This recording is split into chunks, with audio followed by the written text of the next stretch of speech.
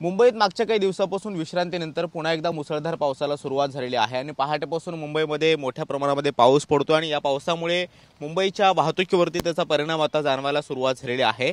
पावसाची रिमझिम अद्यापही सुरूच आहे, त्यामुळे रस्ते मार्गावरची वाहतूक ही मोठ्या प्रमाणामध्ये विस्कळीत होताना पाहायला मिळते। मोठ्या प्रमाणामध्ये वाहतूक कोंडी जी आहे ती मुंबईतल्या रस्त्यांवरती पाहायला मिळते आहे। सध्या मी पूर्व द्रुतगती मार्गावरती आहे आणि या मार्गावरती आपण पाहतोय की सकाळच्या वेळेला मुंबईमध्ये येणाऱ्या चाकरमान्यांची संख्या मोठ्या प्रमाणामध्ये असते आणि कारच्या माध्यमातून प्रवास करणारे हे सगळे चाकरमानी मुंबईच्या दिशेने येत असताना मोठ्या प्रमाणामध्ये वाहतूक कोंडीत अडकल्याचं पाहायला मिळतं आहे। सध्या तरी लोकलवरती फारसा परिणाम झाल्याचं सांगण्यात आलेलं नाहीये, मात्र काही मिनिटं मध्य रेल्वे असेल किंवा पश्चिम रेल्वे असेल त्या संथ गतीनं धावतायत। मात्र दुसरीकडे आपण पाहतोय की मोठ्या प्रमाणामध्ये मुसळधार पावसामुळे रस्ते मार्गाची वाहतूक जी आहे ती वाहतूक कोंडी मोठ्या प्रमाणामध्ये पाहायला मिळते आहे। पश्चिम द्रुतगती महामार्ग असेल किंवा पूर्व द्रुतगती महामार्ग असेल आणि फ्रीवे सुद्धा या सगळ्या रोडवरती मोठ्या प्रमाणामध्ये ट्रॅफिक जे आहे ते झाल्याचं पाहायला मिळतं आहे।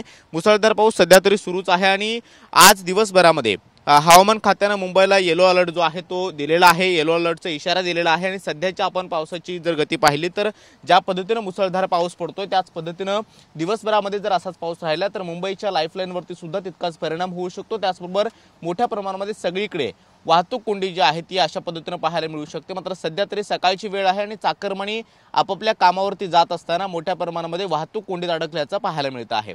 कॅमेरामन गणेश राहटे सोबत मी कृष्णा सोनारवडकर, TV9 मराठी, मुंबई।